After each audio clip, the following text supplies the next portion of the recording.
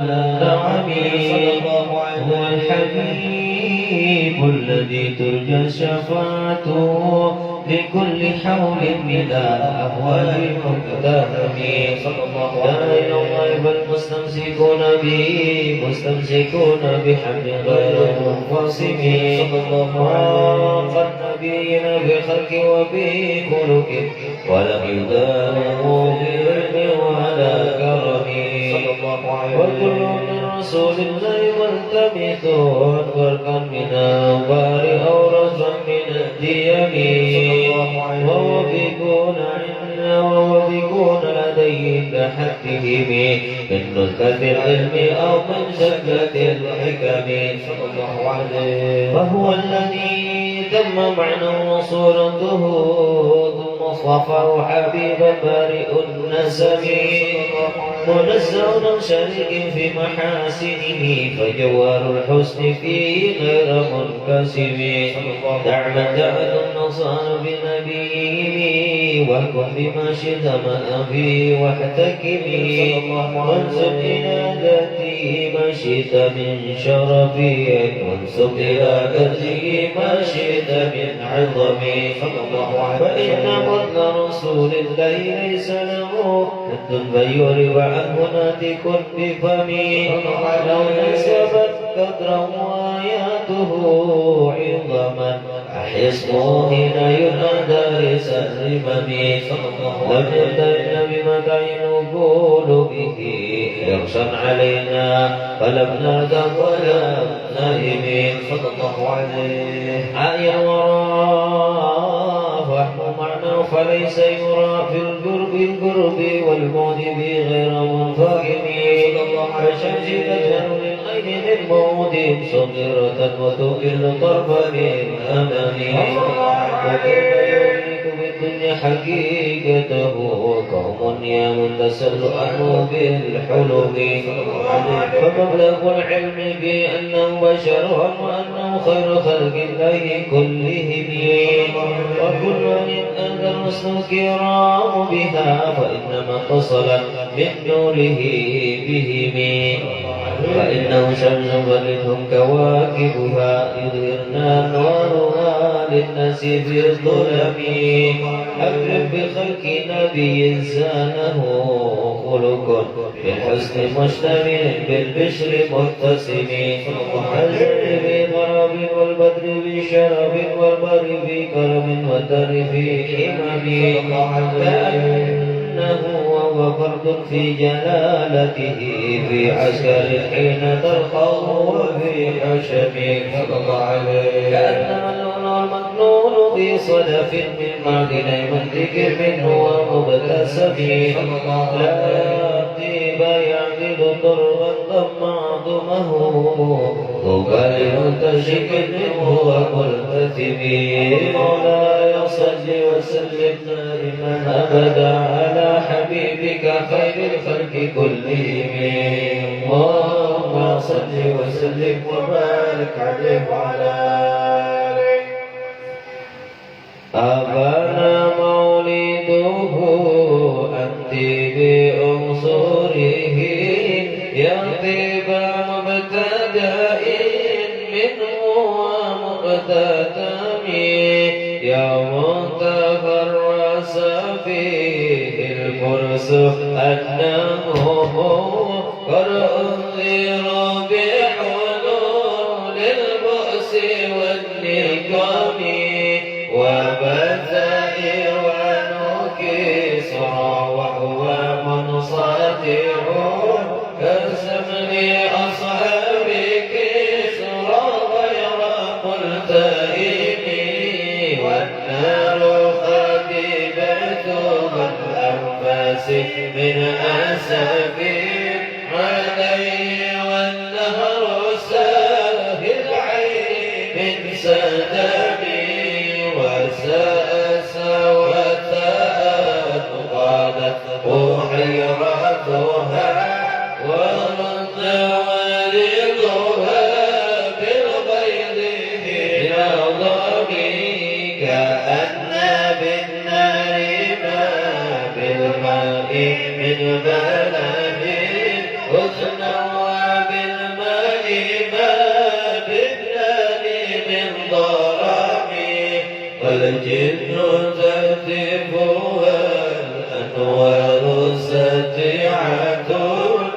والحق يظهر من معنى ومن كلم عم وصد فإعلان البشائر لا يسمع وبركة الإنذار لن تشني من بعد ما أخبر الحق ومكاهنه بأن دينهم المعوج لم يقم وبعدما يدعو في الغوغ من شرب منقذة وابقما في الأرض من صنم حتى غدا عن طريق الوحي منهزم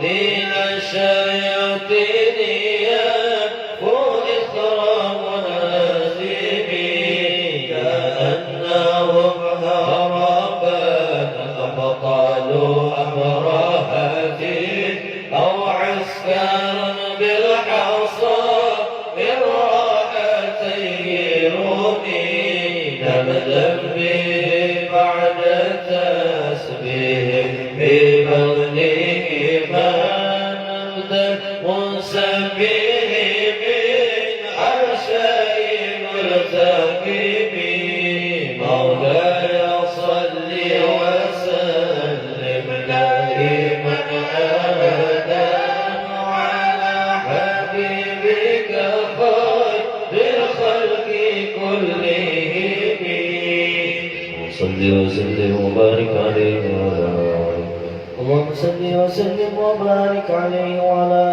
آله جاء بدعوته الأشجار ساجدة تمشي إليه على ساق بلا قدم كأنما سطرت سطرا لما كذبت فروعها من بدء الخط في بالرقم مثل غمامة أن سار سائرة تقي حرات سر الهجير حميه أقسمت بالقمر المنشق إن له من قلبي نسمة لضرورة القسم وما حوى الغار من خير ومن كرم وكل طرف من الكفار عنه عميق فالصدق في الغار والصديق لم يرما وهم يقولون بالغار من أرمين ظن الحمام وظن العنكبوت على خير البرية لم تنسد ولم تحمي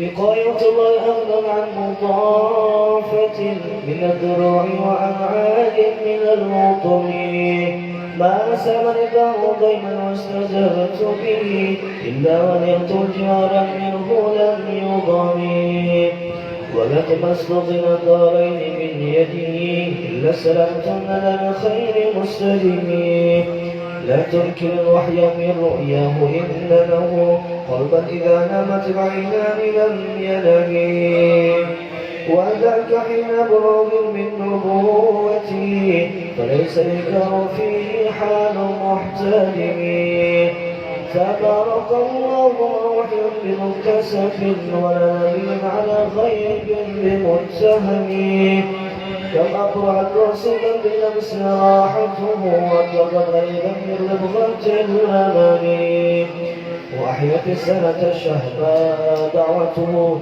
حتى كالغرة في العصر الدهني يا رب جل أو خردا طاح بها سيفا من اليم أو سيلا من العالمين مولاي صل وسلم دائما أبدا على حبيبك خير الخلق كلهم اللهم صل وسلم وبارك عليه دعني ووصفي آيات المظهرات ظهورا الكرام ليلا على عالمي فالدور يزداد حسنا وهو متسم وليس ينقص قدرا غير منتظم فما تطول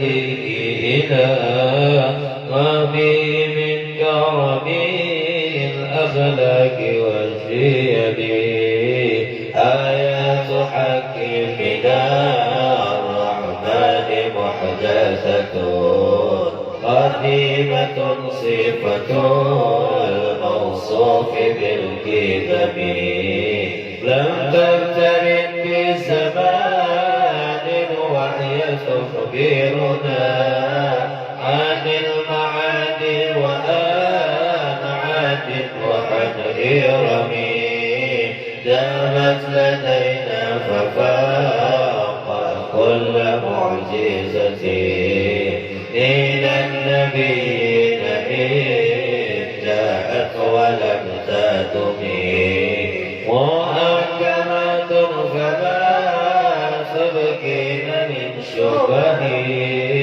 لذي شقاق وما تبكين من حكم ما حربت قد إلا عاد من حربي أعدى الأعادي إليها ملكي السلبي ردت بلغتها دعوى معارضها رد الغير يد الجاني عن الحرم لا معاني الكمال البحر في مددي وفوق جوهره بالحسن والقيم فما تعد ولا توصى عواقبها ولا تسام على الإنثار بالسأم قرت بها عين قارئها فقلت له لقد ظفرت بحبل الله فاعتصمي إن فتوى خيفة من حبل نار الله أرفع تحرى لظى من وردها الشامم كأنها الحوض تابية الوجوه به من العصاة وقد جاءوه كالحمم وكالصراط وكالميزان معدلة فالقسط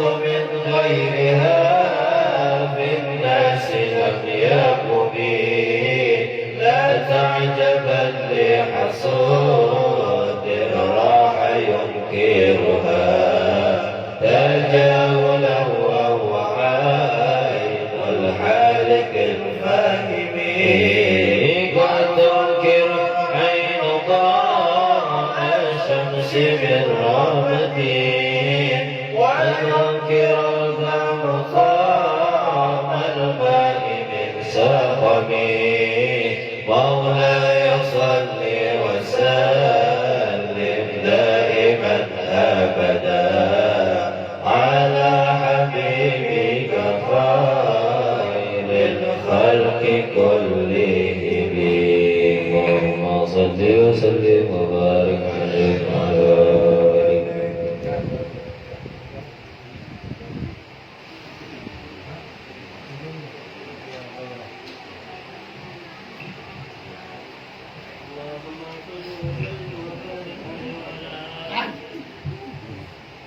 يا خير من يمم العبد ساحته سير وفوق مدون العلم الرسم فمن هو الآية الكبرى لمعتبر ومن هو نعمة العظمى لمعتنم سريت من حرم ليلا إلى هرم كما سرى البدر في تاج من السلم صلى الله عليه فبت ترك إلى أن نلت منزلة من قاب قوسين لم تدرك ولم ترمي فقدمتك جميع الأنبياء بها ورسل تقديم معدوم على قدمي صلى الله عليه وأنت تحترق سبع طباق بهم في موكب كنت فيه صاحب العالم صلى الله حتى عليه إذا لم تدع شعوا لمستبك من النجوم ولا مرقا للمستلم صلى الله عليه أخذت كل مقام بالعظام نوديت بالرفع مثل مفرد العالمين كما تفوز بوصل أي مستتر عن العيون وسر أي مختتم فهد كل مخار غير مشترك وجدت كل مقام غير مدهم وجل مقدار ما وليت من رتب وأتى إدراك ما عليت من نعم بشرى لنا مسار الإسلام إن لنا من الإناية ركنا غير منهدم لما دعا الله دائنا لطاعته يا أكرم الرسل كنا أكرم الأمم لا يصل وسلم دائما أبدا على حبيبك خير خلق كلهم اللهم صل وسلم وبارك عليه رأت قلوبنا إذا أنبأوا بالذي كان أتنا جبالا وغلا من الغنم ما زال يلقاه بكل معترك حتى نكوا بالقنا لحما على وطمي ودوا البرار فكادوا يفتون به أشلاء ماء الإقبال والرقم تمضي الليالي ولا يدرون عدتها ولا تكن من ليالي الأشهر الحرم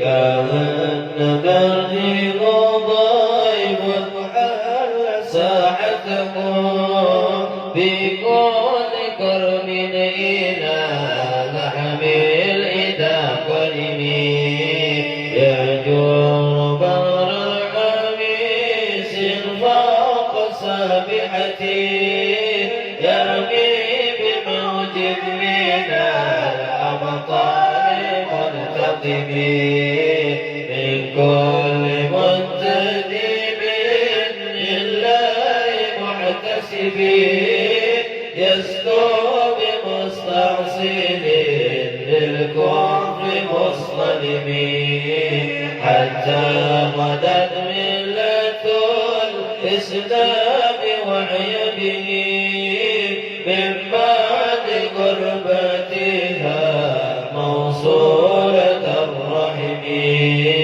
مقبولة أبدا منه بغير أبي وخير بعد فلم تيت ولم تئمي قوم الجبال فسل أنهم مصادمهم ما جرى منهم في كل مصطدم وسل هدينا وسل بدرا وسل أهدا وصلحت بالله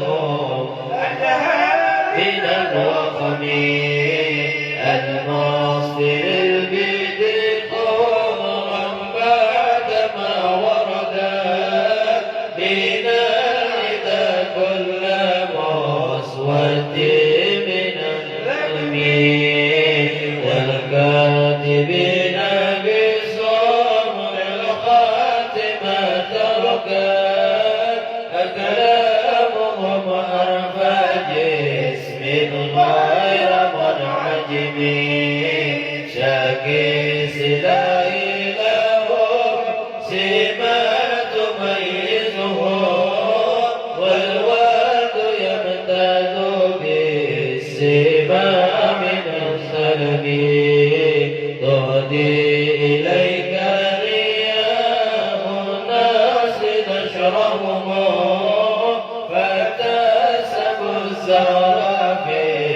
الأكمام كل كمين كأنهم في ظهور مخالد بتربى من شدة الحزن لا من شدة الحزن طارت قلوب العدا من باسهم خرقات فما تفرق بين الباب والبهم ومن تكن برسول الله نصرته إن تلقه الأسد في أجابها تجمي ولن ترى من ولي غير منتصر به ولا من عدو غير منقسم أحل أمته في إرث ملته كالتي حل مع الأشبال في أجمي كم جادلت كلمات الله من جلده وكم خصم القرآن من خصمه كفاك بالعلم في الأم معجزة في الجاهلية والتعذيب في اليتم مولاي صل وسلم دائما أبدا على حبيبك خير الخلق كلهم خدمته بمدين أشتغل به ذنوب عون المرضى بالشر والخدم إذ خلدني ما تحصى عواقبه كأنني به ما حد من النعم أعطت غير الصفا بالحالتين وما أصرت إلا على الدم والندم فيا حشرة نفس في تجارتها فسردن بالدنيا ولم تسمي ومن يبيع عاجلا منه بعاجله يبلغ ضبط في المال وفي السلام إن أتي ذنبا فما عدي بمنتقل من النبي ولا حبل بمنصرم فإن لذمة منه بتسميته محمدا وهو أوفى الخلق باهتمام إن لم يكن بمعاد آخذا بيدي حتى وإلا فكل ذلة القدم حشاه أن يرم الرجم كرمه أو يرجع الجرم غير محترم ومنذ ألزمت أفكاري مدائعه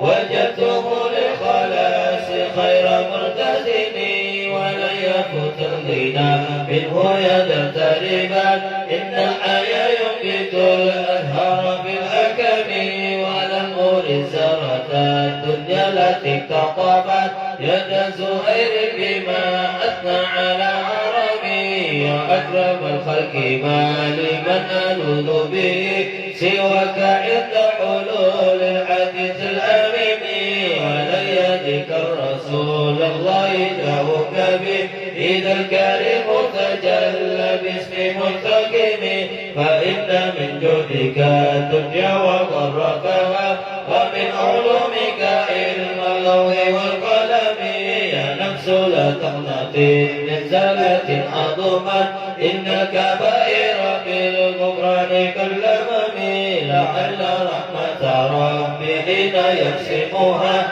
تمشي على حسب الإسيان بالكسب يا ربي وإن رجائي غير منعكس لديك وجه الحساب غير منغرم والطب بعبدك في الدارين إن له صبرا متى تتوه الأحوال ينأثم وثلث بالصلاة منك دائمة على النبي بمنهل ومنسجم مرنقت أدبات البدر حصبا وأطرب الإرسال الحس بالنظم ثم الرضا عن أبي بكر وعن عمر وعن علي وعن عثمان ذي الكرم والآل والصحب ثم التابعين له أهل التقى والنقى والحلم والكرم يا ربي بالمصطفى بلغ وقصدنا واغفر لنا ما مضى يا واسع الكرم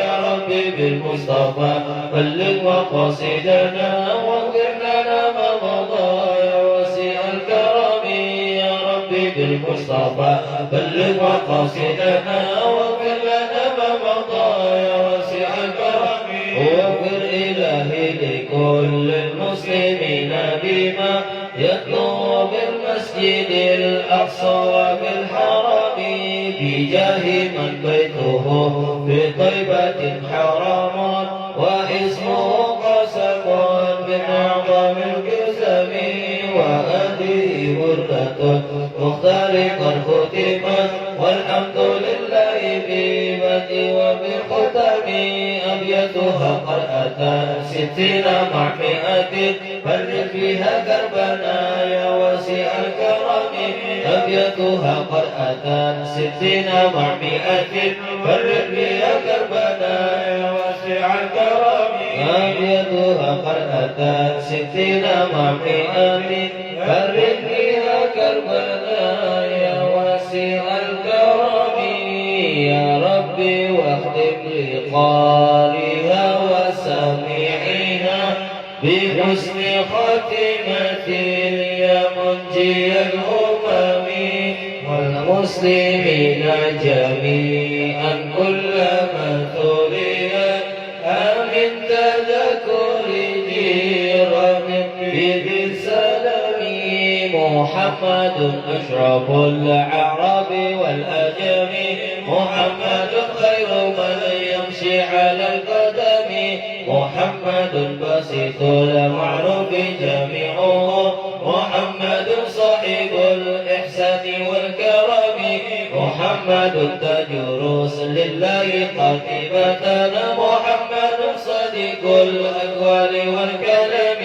محمد ثابت الميثاق يحفظه محمد طيب الأخلاق والسيام محمد روي بالنور قينته محمد لم يزل نورا من القدم محمد حكيم بالعدل ذو ثرف محمد معجن الإنعام والحكم محمد خير خلق الله من مضارب محمد خير رسل الله كلهم محمد دينه حق ندين به محمد مجملا حقا على عالمه محمد ذكره روح لأنفسنا محمد شكره فرض على الأمم محمد زينة الدنيا وبهجتها محمد كشف الغمة والظلم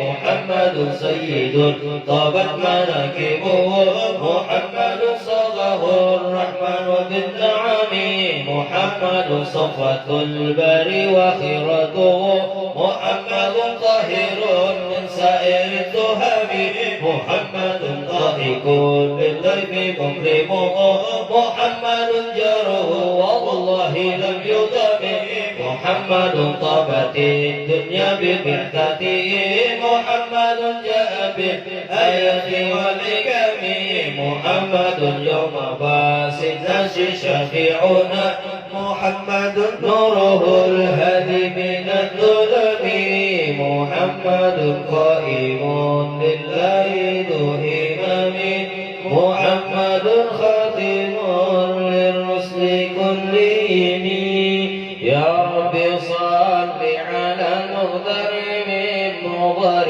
والأنبياء وجميع الرسل ما ذكروا وصل ربي على الهادي وشيعته وصحبه من لطيب قد نشر وجهدوا معه في الله واجتهدوا وهجروا وله أول وقال نشروا وبينوا الفرض والمسنون واعتصموا بالله فانتصروا أزكى صلاة وأمها وأشرفها يعتر الكون ريا نشرها العتر رقبة بالحقيق المسك زاكية يهدي بها رجل غنيا تشير حتى الحصى والثرى والرب يتبعها نجم السماء وبابة الأرض والمدر وعد وزن مساكن الجبال كما يلي قدر جميع الماء والمطر وعد ما هوت الأشجار من ورق وكل حرب قد يتلى ويستثر والوحش والطير والأفساك مع نعم يليهم الجن والأملاك والبشر والثر والنمل مع جميع الهبوب كذا والشعر والصف والأرياش والوبر وما أحاط به العلم المحيط وما دار به القلم المأمور والقدر وعدنا مائك التي مننت بها على الخلائق ملكا ومنحشر وعد بقدر السهم الذي شرفت به النبيون والأملاك وافتخر وعد ما كان في الأكوان يا سندي وما يكون إلى أن تبعث الصور في كل طرفة عين يضربون بها أهل السماوات والأرض أو يذر من السماوات والأرض مع جبل والفرش والعرش والكرسي وما حصر وما نظام الله موجودا موجودا معلوما وذات دواما ليس تنحسر تستغرق الحد مع جميع ظهور كما وحيد بالحد لا يبكي ولا يذر لا غاية وانتهاء يا عظيم لا ولا لها أمد يقضى ويعتبر وعد عاقب قدر من عدد به يا من له القدر كما تحب وترضى سيدي وكما أمرتنا أن نصلي أنت مقتدر مع السلام كما قد مر من عدد الرب وطائفهما والفضل وانتشر وكل ذلك مضروب بحاجك في أبس خلقك بكل وإن كثروا يا رب واغفر لقارئها وسامعها والمسلمين جميعا أينما حضروا يا رب واغفر لقارئها وسامعها والمسلمين جميعا أينما حضروا يا رب واغفر لقارئها وسامعها والمسلمين جميعا أينما حضروا ووالدينا وأهلنا وجيرتنا وكلنا سيدي للعفو مبتكر وقد أتيت ذنوبا لا عداد لها لكن عفوك لا يبكي ولا يذر والهم عن كل ما أبكيه أشغلني وقد أتى خاطئا والقلب منكسر أرجوك يا ربي بالقرن ترحمها بجريما في يديه صفها الحجر أرجوك يا ربي بالدارين ترحمنا بجريما في يديه صفها الحجر أرجوك يا ربي بالدارين ترحمنا بجريما في يديه صفها الحجر يا ربي أعظم لنا أجر ومغفرة فإن جودك بحر ليس ينحسر واقضي ديونا لها الأخلاق ضائمة وفرج الكرب عنا أنت مقتدر وكن لطيفا بنا في كل نازلة لطفا جميلا به الأهوال تنحسر بالمصطفى المجتبى خير الأنام ومن كان لنا نزلت بيده سور ثم الصلاة على المختار ما طلعت شمس النهار وما قد شاشع القمر ثم الرضا عن أبي بكر خليفته من قام من بعده للدين ينتصر وعن أبي حفص الفاروق صاحبه وقاله الفصل في أحكامه الأمر لعثمان ذي النورين من كملت له المحاسن في الدارين والظفر كذا علي مع ابنه وأمه من أهل العباء ما قد جاءنا الخبر كذا خديجتنا الكبرى التي بدلت أموالها لرسول الله ينتصر وظاهرات نساء المصطفى وكذا بنته وبنوه كلما ذكر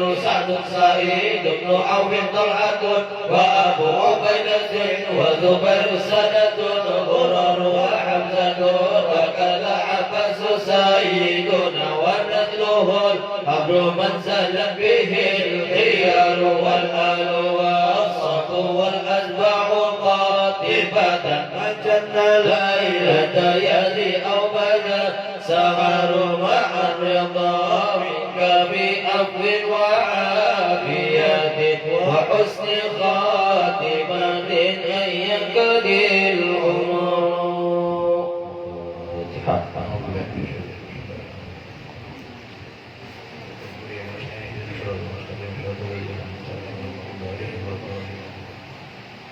Bismillahirrahmanirrahim. Assalamualaikum warahmatullahi ta'ala wabarakatuh. Waalaikumsalam warahmatullahi wabarakatuh. Alhamdulillah.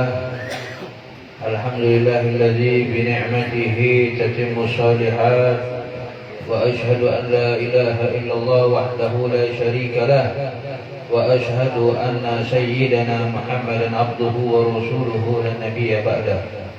Allahumma salli wa sallim wa barik wa karrim wa majid wa azim ala sayyidina Muhammad al-fatih lima ughliq wal khatim lima sabaq nasirul haq bil haq wal hadi ila siratikal mustaqim wa ala alihi wa ashabihi wa azwajihi wa dzurriyyatihi ajmain amma ba'du.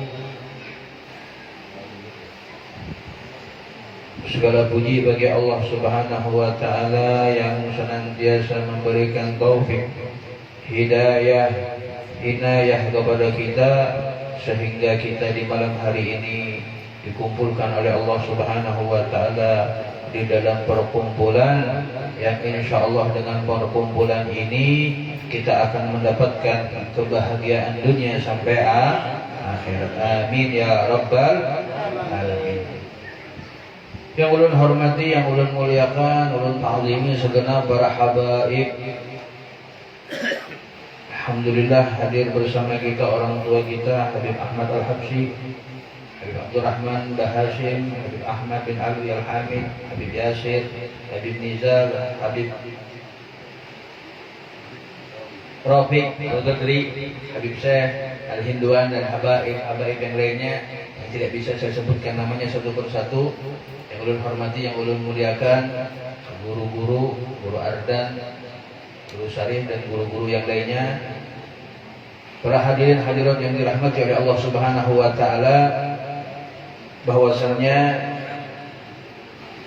Allah Subhanahu wa Ta'ala memiliki malaikat, yang mana malaikat-malaikat tersebut Allah tugaskan mereka itu untuk berkeliling mencari perkumpulan-perkumpulan yang di dalamnya menyebut nama Allah Subhanahu wa Ta'ala. Jadi Allah memiliki malaikat, tugasnya malaikat tersebut adalah untuk mencari perkumpulan-perkumpulan yang menyebut nama Allah Subhanahu wa Ta'ala. Kalau sudah salah satu dari malaikat tersebut melihat ada perkumpulan seperti kita perkumpulan malam hari ini, malaikat tersebut yang telah menemukan memanggil malaikat-malaikat yang lainnya, saya mengatakan sini ini yang tempat yang pian cari wahai malaikat-malaikat. Oleh karena itu malaikat-malaikat tersebut datang berkumpul di tempat-tempat seperti ini. Cuma kita kadang melihat aja, Bang. Padahal hadir para malaikat ya di tempat yang mulia ini. Bahkan masuk ya ke tempat rumah-rumah ya tetangga-tetangga kita ya dudukan para malaikat. Bahkan di dalam hadis Nabi Muhammad SAW ya bersabda, innal malaikata laqada ajnihataha bi talibil ilmi ridwan bima yasna. Ya, bahwasanya malaikat itu meletakkan sayap-sayapnya, ya sayapnya malaikat itu diletakkan ya bagi orang-orang yang menuntut ilmu. Jadi memang kita menurut mata zahir kita yang kita duduk ini ambal, tapi bahwasannya para malaikat itu laqada ajnihataha, meletakkan sayapnya itu ya bagi orang-orang yang menuntut ilmu seperti pian-pian berataan ini ya, yang pian duduk secara batinnya ya adalah sayap-sayap para malaikat. Ya, kenapa? Karena dimuliakannya orang-orang yang menuntut ilmu. Maka malaikat-malaikat tersebut setelah menemukan perkumpulan-perkumpulan seperti ini, ya perkumpulan-perkumpulan yang menyebut nama Allah, berzikir, mengingat Allah Subhanahu wa taala, termasuk berzikir juga shalawat kepada Nabi, termasuk berzikir. Ya, jadi paling afdolnya berzikir itu apa, Bib? Ya, paling afdolnya berzikir adalah menuntut ilmu. Bib, menuntut ilmu bukan berzikir juga ya. Ya, menuntut ilmu, mempelajari, memahami ilmu yang kita pelajari. Tapi ilmu yang kita pelajari adalah wasilah kita untuk mengharapkan ridha Allah dan untuk mengharapkan pandangan Allah Subhanahu wa taala. Jadi zikir yang paling bagus adalah ilmu. Ya, walaupun bian diam aja di situ nganga-nganga, bian itu tetap dihitung oleh Allah Subhanahu wa taala sebagai orang-orang yang mengingat Allah Subhanahu wa taala.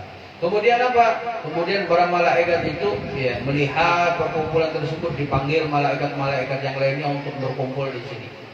Setelah selesai kita bubar, barulah malaikat tersebut melapor kepada Allah Subhanahu wa taala.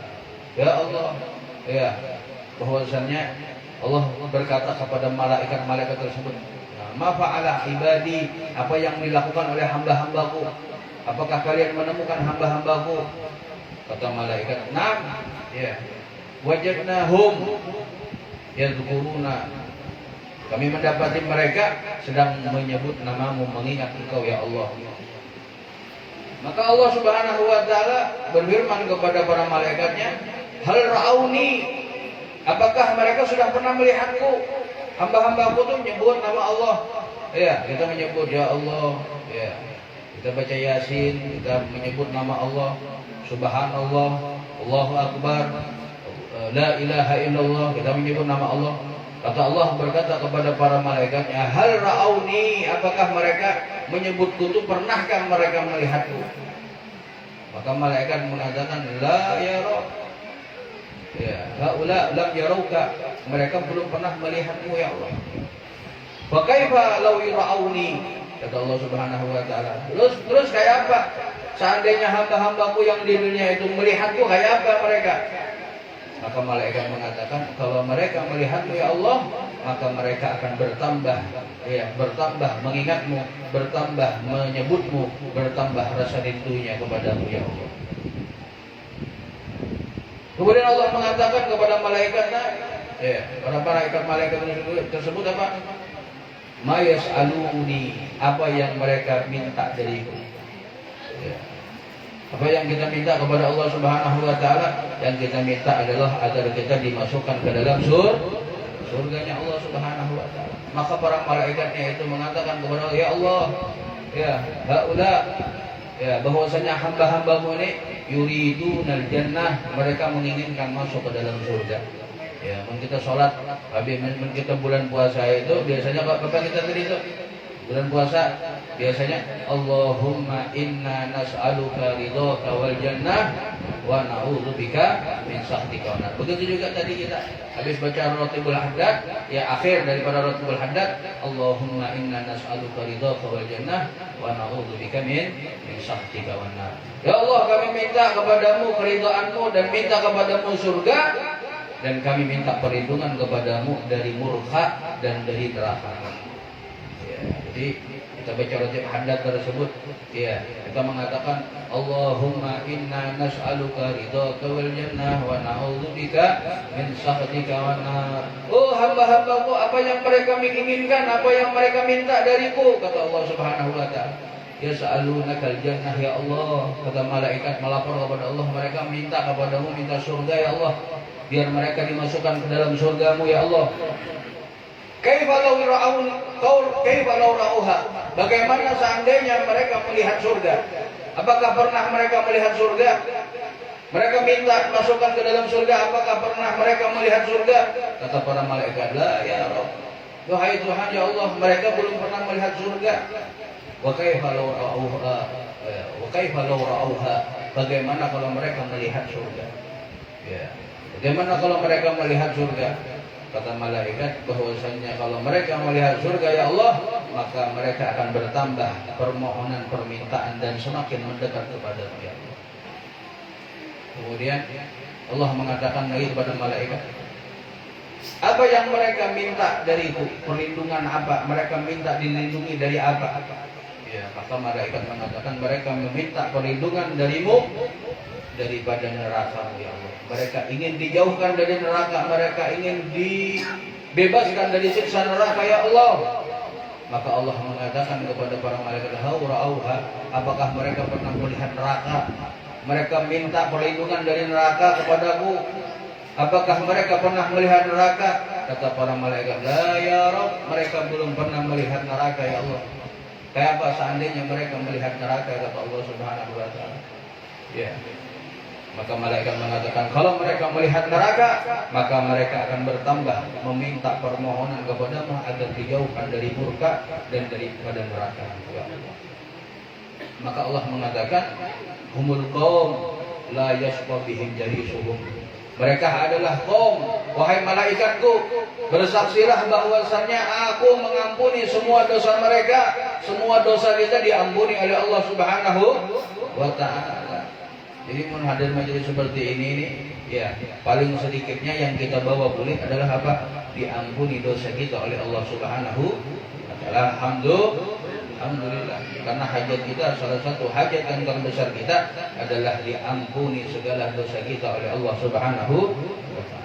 Mudah-mudahan segala dosa kita, dosa orang tua kita, dosa istri kita, dosa suami kita, dosa anak-anak kita, dosa kerabat kita, dosa saudara kita, dosa saudari kita, dosa tetangga kita, dosa murid-murid kita, dosa guru-guru kita, semuanya diampuni oleh Allah Subhanahu wa taala berkat Nabi kita Muhammad sallallahu alaihi wasallam. Amin ya rabbal alamin. Ya malaikati ishhadu, wahai malaikat-malaikatku, bersaksilah anni qad ghafartu lahum, bersaksilah para malaikat bahwasanya aku telah mengampuni dosa mereka. Ya, jadi malaikat itu habis setelah kita tuntung, ya ini hadis, ya, hadis qudsi yang dijelaskan, yang disabdakan oleh Nabi Muhammad SAW yang berfirman dari Allah Subhanahu wa taala. Jadi malaikatnya yang duduk lawan kita ini, setelah kita bubar, mereka boleh melapor kepada Allah Subhanahu wa taala, melaporkan seperti yang kita kisahkan ini. Ya Allah. Kemudian Allah mengatakan apa?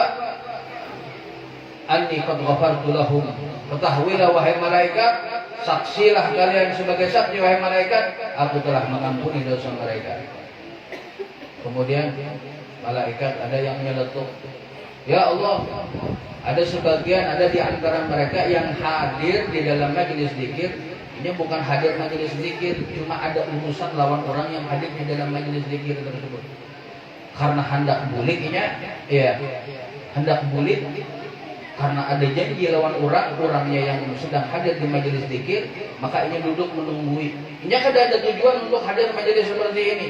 Kada ada tujuan untuk berzikir, kada ada tujuan untuk bersalawat, kada ada tujuan untuk menuntut ilmu. Ini ada hajat aja, nungguinya duduk, tapi nya duduk menunggui orang yang di dalam majelis ini, nungguinya. Ya, kata Allah Subhanahu wa taala, humul qaum la yashqa jalisuhum. Termasuk orang yang nunggui gitu, orang yang nungguinya kada ada tujuan untuk hadir majelis, kada ada tujuan untuk menuntut ilmu, kada ada tujuan untuk berselawat, kada ada tujuan untuk menyebut nama Allah, kada ada tujuan untuk kebaikan di dalam majelis tersebut. karena mereka duduk bersama orang-orang yang beruntung, maka dimasukkan orang-orang tersebut bersama orang-orang yang beruntung. Oleh karena itu Allah mengatakan humul qaum, mereka adalah sekumpulan orang-orang la yasqa jalisuhum, yang tidak akan celaka orang yang duduk bersama mereka. Alhamdulillah, yang kada berzikir, yang kada bersolawat, yang kada menuntut ilmu saja, inya tidak akan dirugikan, tidak akan dibinasakan oleh Allah Subhanahu wa taala, apalagi kita yang berzikir, apalagi kita yang bersolawat, apalagi kita yang menuntut ilmu. Alhamdulillah.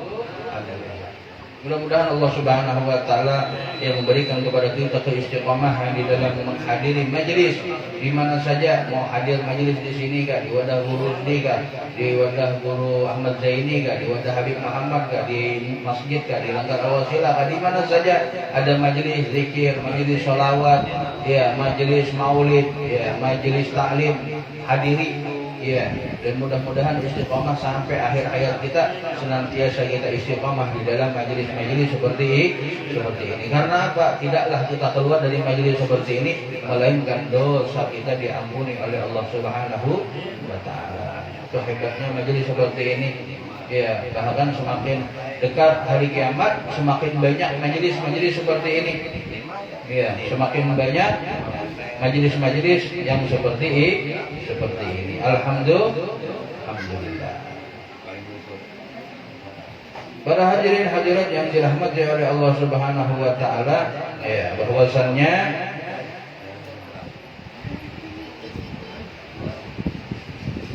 keutamaan menuntut ilmu, ya, sangat besar sekali di sisi Allah Subhanahu wa taala. Sangat besar kemuliaannya orang yang menuntut ilmu. Ya, sampai-sampai Nabi Muhammad SAW ya bersabda, Nabi SAW annahu qala, keutamaan menuntut ilmu. Beliau mengatakan di dalam hadisnya, al-muta'allimu kaslan, ya, penuntut ilmu yang malas, ya, yang nuntut ilmu tapi malasnya. Ya, buku kada bawa buku, pulpen kada bawa pulpen, ya, mendengar aja guru berceramah, ya, nganga-nganga aja, paham-paham, kada-kada, yang penting senang aja hadir majelis ilmu. Ya, pun orang menuntut ilmu itu, ya, seperti guru-guru kita dulu itu kita belajar di pondok itu, ya, kita dididik kita sebelum belajar, ya, sebelum hadir di pelajaran itu, ya, kita mengulangi pelajaran yang kemarin itu 20 kali. Jadi misalnya kita belajar apa? Furudul wudu misalnya. Baru belajar furudul wudu, apa saja yang difardukan ya ketika berwudu. Belajar kita kemarin. Nah, hari ini hendak belajar hari ini yang pelajaran kemarin itu diulang 20 kali.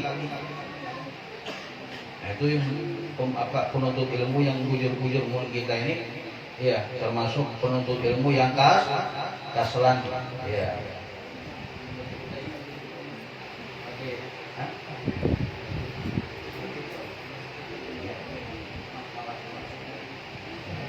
Malas, kaslan itu malas. Ya, penuntut ilmu yang malas, ay ghairu mujtahid fi talabil ilmi, yaitu orang yang tidak bersungguh-sungguh di dalam menuntut ilmu. Ya, kitab kada bawa kitab, pulpen kada bawa pulpen, buku catatan kada bawa buku catatan, sampai di majelis nganga-nganga aja. Nah, ya, tapi tetap dapat berkahnya. Nabi Muhammad SAW bersabda apa? Muta'allimu kaslan, penuntut ilmu yang malas, ya, yaitu penuntut ilmu yang tidak bersungguh-sungguh di dalam menuntut ilmunya. Ya, afdalu indallah, lebih afdal di sisi Allah Subhanahu wa taala min sab'ami'a 'abidin mujtahid, lebih afdal lebih afdal di sisi Allah Subhanahu wa taala daripada 700 orang ahli ibadah yang bersungguh-sungguh di dalam ibadahnya. Artinya apa? Ini penuntut ilmu walaupun malas benar sudah penuntut ilmu, lebih bagus kata Nabi Muhammad SAW, ya, dibandingkan 700 ahli ibadah yang bujur-bujur inya di dalam ibadahnya. Ya, artinya berbujur-bujurnya ibadahnya. Ya, siangnya puasa, malamnya tahajud, ya sholat sunnah dilakukan semuanya. Nah, penuntut ilmu walaupun malas itu lebih afdol di sisi Allah Subhanahu wa taala dibandingkan 700 ahli ibadah yang bersungguh-sungguh di dalam ibadahnya. Ya, kemudian Nabi Muhammad SAW bersabda, "Man ja'ahul maut," barang siapa yang datang kepadanya kematian, wa huwa yatlubul ilma, dan dia di dalam keadaan menuntut ilmu, liyuhya bihil Islam, untuk menghidupkan Islam agar Islam ini terus menerus sampai akhir zaman terus menerus ada Islam. Ya, nuntut ilmunya seperti itu. Maka ia meninggal dunia. Ini nuntut ilmu, hadir majelis seperti ini. Niatnya apa? Ya biar ilmu ini senantiasa sejahtera, senantiasa terus menerus ada orang yang menuntut ilmu dengan hadirnya dia di dalam majelis seperti ini, majelis ilmu seperti ini. Ternyata apa? Di dalam menuntut ilmunya meninggal dunia ini. Maka bagaimana keadaannya? Maka dia akan dimasukkan ke dalam surga oleh Allah Subhanahu wa taala. Fa bainahu wa bainal anbiya darajatan wahidah, ya, darajatan wahidah fil jannah. Bahwasanya ketahuilah orang yang meninggal dalam keadaan menuntut ilmu itu derajatnya itu sama dengan derajatnya para nabi di dalam surganya Allah Subhanahu wa taala.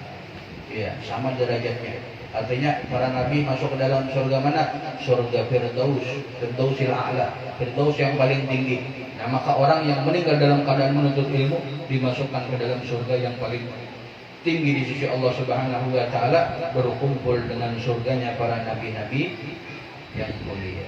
Mudah-mudahan kita senantiasa diberikan keistiqomahan di dalam menuntut ilmu, ya, menuntut ilmu walaupun kita ada puju-puju di dalam menuntut ilmu, yang penting hadir aja di dalam majelis ilmu, majelis zikir, majelis selawat. Insyaallah kita akan mendapatkan keberkahan di dunia, di alam barzakh sampai di akhirat. Ya. Juga ulun mengumumkan juga bahwasannya ya, majelis kita ini, majelis ini sudah ada yayasannya.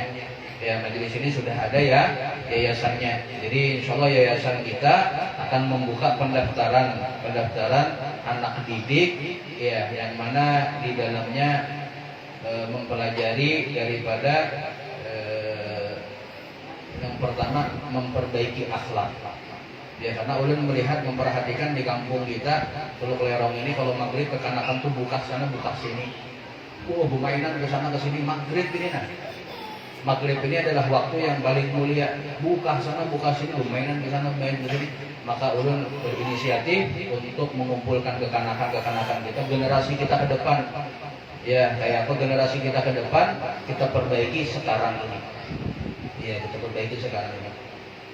Jadi ulun Ipan dengan bubuhannya yang lainnya sudah kita buka pendaftaran, yang mana yang pertama kita mengajarkan, yang kita utamakan adalah mendidik mereka memiliki akhlakul karimah.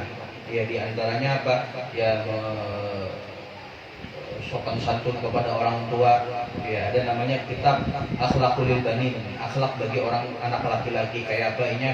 Akhlaknya dia dengan orang tuanya, bagaimana akhlak dengan temannya, bagaimana akhlak dengan gurunya, bagaimana akhlak dengan tetangganya, bagaimana akhlak dengan ini, bagaimana akhlak sebelum tidur, bagaimana akhlak ketika bangun tidur, bagaimana akhlaknya makan, bagaimana akhlaknya minum, bagaimana akhlaknya duduk, bagaimana akhlaknya belajar. Itu semua itu namanya kitab Akhlaqul Banin. Itu kitab yang penuh keberkahan, akhlak bagi anak-anak laki-laki. Ya, dan juga Akhlaqul Banat. Ya, itu akhlak yang paling kita utamakan untuk memperbaiki akhlak, dan juga kita mengutamakan juga untuk mendidik mereka untuk bisa berbahasa Arab. Ya, sudah bisa bahasa Arab nyaman, hendak ngaji, baca Al-Quran itu sudah bisa. Ya, paling tidak beberapa kalimat ini sudah tahu artinya. Ya, qul huwallahu ahad. Ya, katakanlah Allah itu esa, Allahus samad. Ya, kemudian baca ayat yang lainnya. Ya, innallaha wa malaikatahu, inna, sesungguhnya Allah wow ini artinya dan. Kemudian bisa belajar seperti itu. Nah, kita buka seperti ini bahasa Arab, insyaallah nanti Isra Mi'raj kita tampilkan mereka. Ya, nanti kita lihat bagaimana proses ini sekarang. Rabiul Tsani, Jumadil Awal, Jumadil Akhir, ya Rajab, insyaallah awal Sa'ban atau akhir Rajab itu sudah kita ngadakan Isra Mi'raj. Nanti kita tampilkan kekanakan yang kita didik selama 3 bulan biar kalian lihat sendiri. Mudah-mudahan dimudahkan, diberikan kesehatan, diberikan panjang umur oleh Allah Subhanahu wa taala. Nanti kita lihat ya selama 3 bulan ini. Namun anaknya bujur-bujur seperti waktu di Pondok Lidalwa itu 6 bulan ya, program 6 bulan bahasa Arab. Bahasa Arab itu programnya 6 bulan. Tapi itu kekanakan yang bujur-bujur belajarnya. Ya, 6 bulan sudah bisa bahasa Arab. Itu bagi yang bujur-bujur, ya bujur-bujur hanya belajar bahasa Arabnya. Tapi karena kita ini cuma 3 jam, masuknya jam 5 sore, ya jam 5 sore, jam 6, jam 7, jam 8 sudah 3 hari. 3 jam. Belajarnya hari Senin, Selasa sama Rabu. Senin, Selasa, Rabu, Kamis 4 hari. Ya, usahakan anak kita masukkan di dalam pendidikan, ya karena pendidikan umum itu tidak menjamin. Bukannya ulun apa, seperti guru Habib Segaf mengatakan seperti itu. Nah Habib Segaf juga rektor, ya profesor, beliau mengatakan sendiri. Ya kemarin ulun ada ceramah di salah satu tempat ulun ceramah. Ulun takuni kekanakannya mulai yang SD, SMP sama SMA. Ulun takuni doa setelah azan, gak ada yang tahunya. Doa setelah azan. Kemudian ada juga ulun ceramah, ulun takuni masalah furudul wudu. Ya.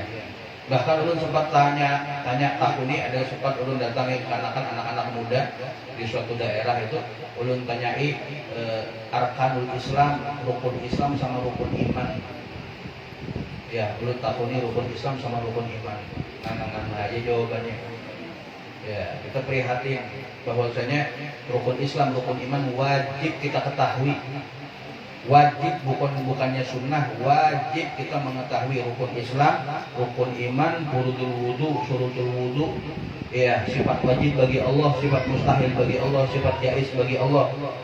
Ya, wajib hukumnya bukan sunnah, bukan lebih bagus tahu daripada kada tahu, bukan itu.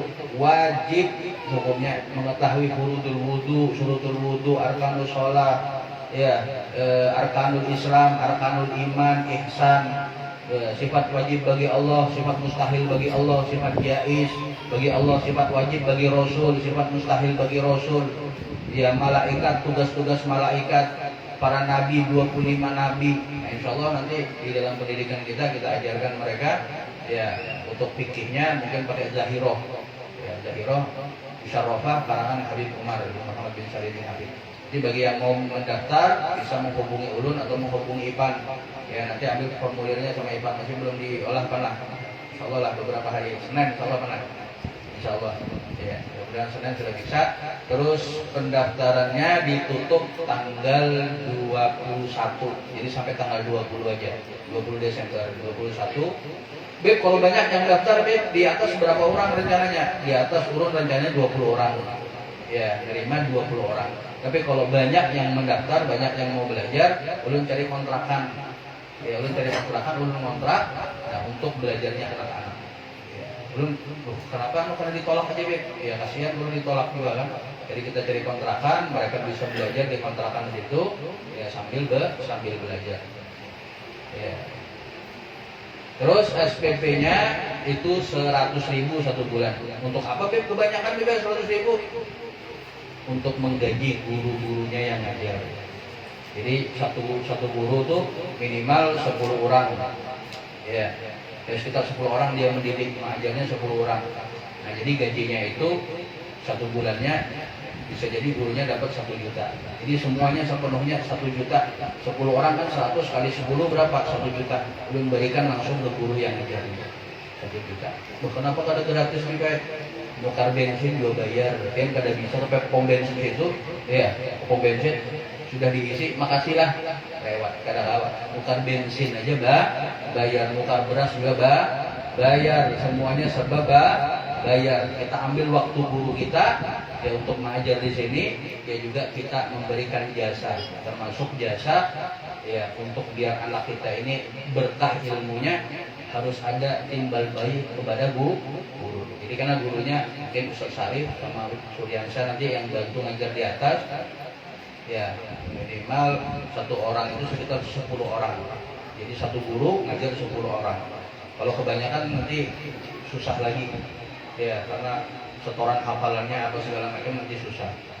Kemudian jam 5 nanti sholat maghrib berjamaah, sholat isya berjamaah, ya baru mulai belajar sudah itu. Mungkin baca rotib sebentar, wiridnya habis maghrib baca rotib sebentar, baru mulai belajar. Ya, mudah-mudahan Allah Subhanahu wa taala memudahkan, ya Allah meridhoi, Nabi Muhammad SAW juga memudahkan, Nabi Muhammad meridhoi, dan mudah-mudahan kita senantiasa diberikan kesehatan. Ya, mudah-mudahan rezeki kita dimudahkan oleh Allah Subhanahu wa taala, hidup dunia kita dimudahkan, hidup akhirat kita diampuni oleh Allah Subhanahu wa taala. Ala hadhihi niyyah wa kullu niyatin shalihatin khairatid dunya wa akhirat ila hadratin Nabi Muhammad sallallahu alaihi wasallam. Al-Fatihah.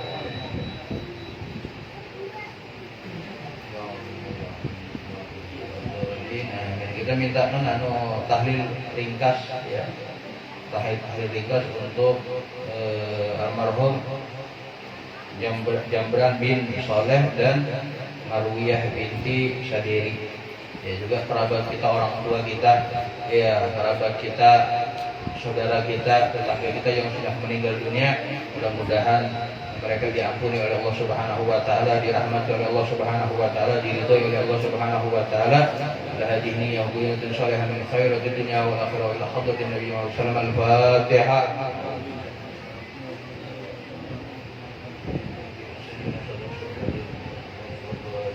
Bismillahirrahmanirrahim. Qul huwallahu ahad, Allahus samad, lam yalid walam yulad walam yakul lahu kufuwan ahad. Bismillahirrahmanirrahim. Qul huwallahu ahad, Allahus samad, lam yalid walam yulad walam yakul lahu kufuwan ahad. Bismillahirrahmanirrahim. Qul huwallahu ahad, Allahus samad, lam yalid walam yulad walam yakul lahu kufuwan ahad. La ilaha illallah, Allahu akbar. Bismillahirrahmanirrahim. A'udzu billahi minal falaq min syarri ma khalaq wa sharri ghasiqin idha waqab wa sharri hasidin idha hasad. La ilaha illallah, Allahu akbar. Bismillahirrahmanirrahim. A'udzu billahi minas syaitanir rajim. La ilaha illallah, الناس الذي يوسوس في صدور الناس كالجنة والناس. لا إله إلا الله، الله أكبر ولله الحمد. بسم الله الرحمن الرحيم. الحمد لله رب العالمين الرحمن الرحيم مالك يوم الدين. إياك نعبد وإياك نستعين اهدنا الصراط المستقيم صراط الذين أنعمت عليهم غير المغضوب عليهم ولا الضالين. بسم الله الرحمن الرحيم. الحمد لله رب العالمين اللهم صل وسلم على سيدنا محمد الأولين والآخرين وصل وسلم على سيدنا محمد النبيين والمرسلين وصل وسلم على سيدنا محمد في كل وقت وصل وسلم على سيدنا محمد الملائكة العالمين ومن وصل وسلم على سيدنا محمد ومن وعند الخير والنسيم. وصل وسلم على سيدنا محمد وعلى آله وأصحابه أجمعين. اللهم أوصل وبلغ وتكبر وجعلنا كلامك القرآن العظيم ومهنا منك لا إله إلا الله. وصلنا منك وسبحانه وبحمده وسبحانه محمد صلى الله عليه وسلم. يا جنة المبارك حرية واسلة ورحمة نازلة وبركة سامدة وصدقة متقبلا نقدم محمد بها بهداية النبيين وصلى الله عليه وسلم. وعلى آله وأصحابه وسلم صلوات الله وسلامه عليه وعلى آله وأصحابه أجمعين. وصل برسول الله من ربك العظيم العظيم وعلى حسن الحسين وباطنة الجهر وعدة الكبرى وستر الرضا والحمد لله رب الصلاة ومجاهد محاجر بسبب الله جمال. ثم إلى محاجر الله والنبي ثم إلى ملكين كرم حمد بعاري وسري فري ثم إلى رب السنة جمران بنت سنة مريم بنت سدري وصول وبروي. اللهم اجعل بأنها من النار وأكرهها من النار وهدايتها من النار ونجاتها من النار. اللهم اجعل كل رحمة من رياض الجنة ولا تجعل كل رحمة من خطار غيرها. اللهم اغفر له وارحمه وآته واعف عنه. ربنا هب لنا من أزواجنا وذرياتنا قرة أعين واجعلنا للمتقين إماما. ربنا تقبل منا إنك أنت السميع العليم وتب علينا إنك أنت التواب الرحيم.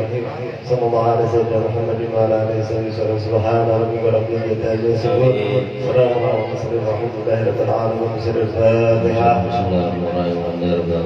مالك يوم الدين. اللهم صل على سيدنا محمد طب القلوب ودوائها وعافية الأبدان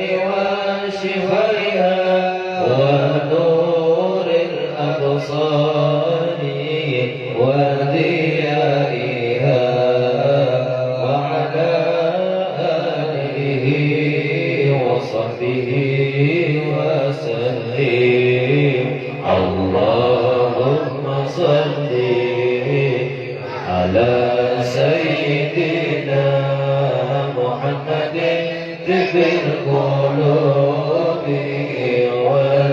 ودوائها وعافية الأبدان وشفائها ونور الأبصار وديائها وعلى آله وصحبه وسلم اللهم صل على سيدنا محمد طب القلوب ودوائها وعافية الأبدان وشفائها ونور الأبصار وضيائها وعلى آله وصحبه وسلم اللهم صل وسلم على سيدنا محمد صاحب البشرى صلاة تبشرنا بها وأهلنا وأولادنا وجميع مشايخنا ومعلمينا وطلبتنا وطالبتنا من يومنا هذا إلى يوم الآخرة اللهم صل وسلم على سيدنا محمد صاحب البشرى صلاة تبشرنا بها وأهلنا وأولادنا وجميع مشايخنا ومعلمينا وطلبتنا وطالبتنا من يومنا هذا إلى يوم الآخرة اللهم صل وسلم على سيدنا محمد صاحب البشرى صلاة تبشرنا بها وأهلنا وأولادنا وجميع مشايخنا ومؤلمينا وطلبتنا وطالبتنا من يومنا هذا إلى يوم الآخرة Al-Fatihah binti Syifa. Buat mamanya Ipan lagi Galin masuk rumah sakit, mudah-mudahan ya kita kerabat kita yang sakit segala penyakitnya diantar oleh Allah Subhanahu wa taala, diberikan kesembuhan zahir maupun batin, diberikan kesehatan di dunia, diberikan kesehatan dan segala urusannya dimudahkan oleh Allah Subhanahu wa taala. Urusan di dunia dimudahkan, urusan di akhirat diampuni oleh Allah Subhanahu wa taala. Hadhihi niyyah wa billahi salihah min khairin dunya wa al-khadu bin Nabi Muhammad sallallahu alaihi wasallam.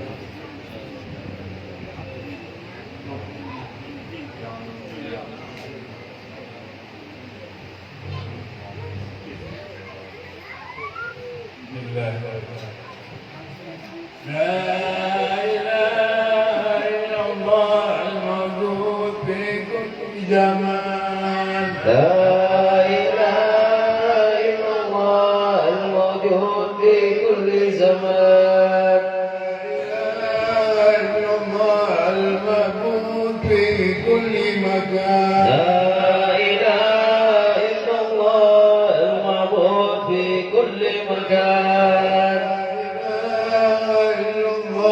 المذكور بكل لسان لا إله إلا الله المذكور في كل لسان لا إله إلا الله المعروف باللسان لا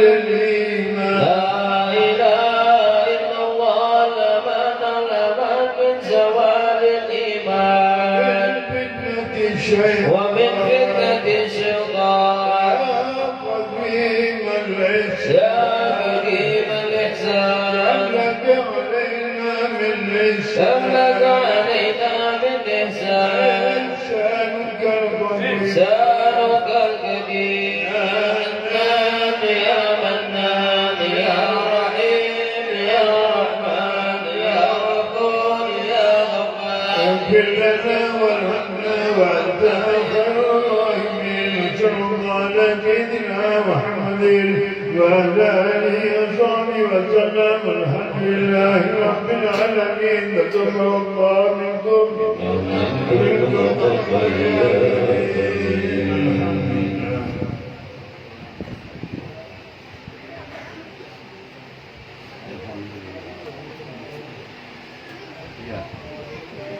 Dapat kurang-kurang 50